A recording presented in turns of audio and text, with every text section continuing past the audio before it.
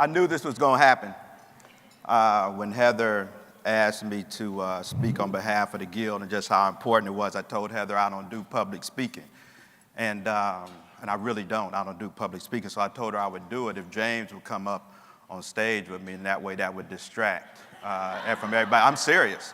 That would distract everybody from looking at me. And then I knew it was something would happen where you got kids coming up and all that. Okay, now I was gonna have to follow that. And so then Jonathan came over to tell Fiona that she did it a few years ago, and Jonathan said, wow, she was just great. So now I got the whole comparison thing going on, okay? They say comparisons are never justified, but you only find justification through comparisons. So Heather wanted me to just talk about how the Guild was important to me, but the fact that, and I'm serious, the fact that I'm sitting here and that I agreed to do this shows how important the Guild is to me. So I'm gonna do it in a different way. I'm hiding behind my drum here. I'm gonna do it through a concept and also a common theme. So the concept is, years ago, about 25 years ago, 30 years ago, I went through an African-based rites of passage, and I was introduced to this concept which we call the choosing of the womb. And basically what this is, the majority of your cultures believe this, and just because the majority of your cultures believe it does not make it so.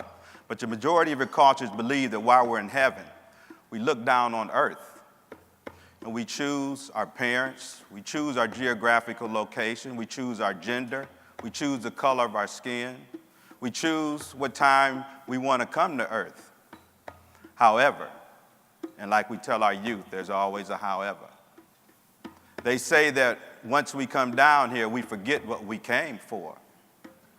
But they say that everybody we run into them to remind us of what we came to this earth to do. So, under that concept, that means that all of us met in heaven before, and we agreed to come to a city, and let's say around 2016, come to a city that might be celebrating something. Think about it. There's not coincidence that we're all here. Think about everything that happened into your life to have you here right now. So somebody here, because while we're in heaven, we certainly look different. So somebody here said, let's come to a city in around 2016 where perhaps someone is celebrating something, and maybe have some sort of flag to remind us with a W on it, okay? And rumor has it that when we get to earth, love is important. So let's maybe start the conference off with something with love, doing with love. And somebody bring a drum to remind us why we came to this earth. And let's create an organization that deals with the arts and youth to remind us why we came here. So just think about that concept. Now, I'm gonna go through not really a myth, but a portion of a myth. Myths, they're stories that have never been but will always be. They're false on the outside, but true on the inside. They're lies which tell the truth. Myths are not just for putting children to sleep, but for waking adults up.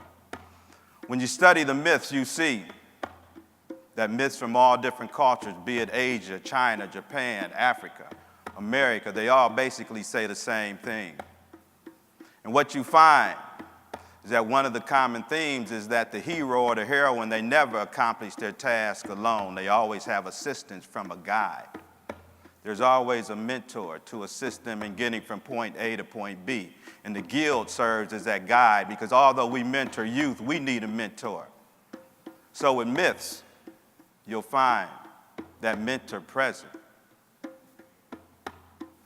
They say only you alone can do it, but you cannot do it alone. Say he who travels without a guide needs 200 years for a 2 days journey. So, the Guild serves that purpose for us, being a guide to assist us. They say that water picks up the sediments of the channel in which it travels. When you think about the Guild, or when I think about the Guild, I think about all the beautiful people that I meet, just beautiful spirits, beautiful spirits. I don't think you can really beat a group of people that deal in the arts and have a love for youth. I just don't think it gets any better than that. As far as Kaylee, their leadership program, that's a program where you can make your friends your teachers, and you can mingle the friendly art of conversation with the advantages of instruction. So I highly recommend Kaylee. Now, here's a portion of a myth. Parsifal, it's a common myth. Parsifal, he's in search of the Holy Grail, and the Holy Grail represents the purpose that we came to this life. He's in the forest, and he's searching for the castle that houses the Holy Grail, and he runs into an old man, and he asks the old man, he says, "Where's the castle?" And the old man says, "You merely go down the road, cross the drawbridge, and make a left." Robert Johnson, a Jungian analyst, in the book He says that so many of us miss out on finding the castle due to the mere simplicity of the directions. So my message is, we have the guild right here in front of us. It's very simple. Just join the guild, become a member, check out Kaylee, and find the castle so you can recall your purpose in life. Now, they say when time is also a common theme in myth. You only have so much time to accomplish your task. If you don't accomplish your task in that amount of time, then off with your head. And they say when time is short, you don't spend it prolonging the riddle.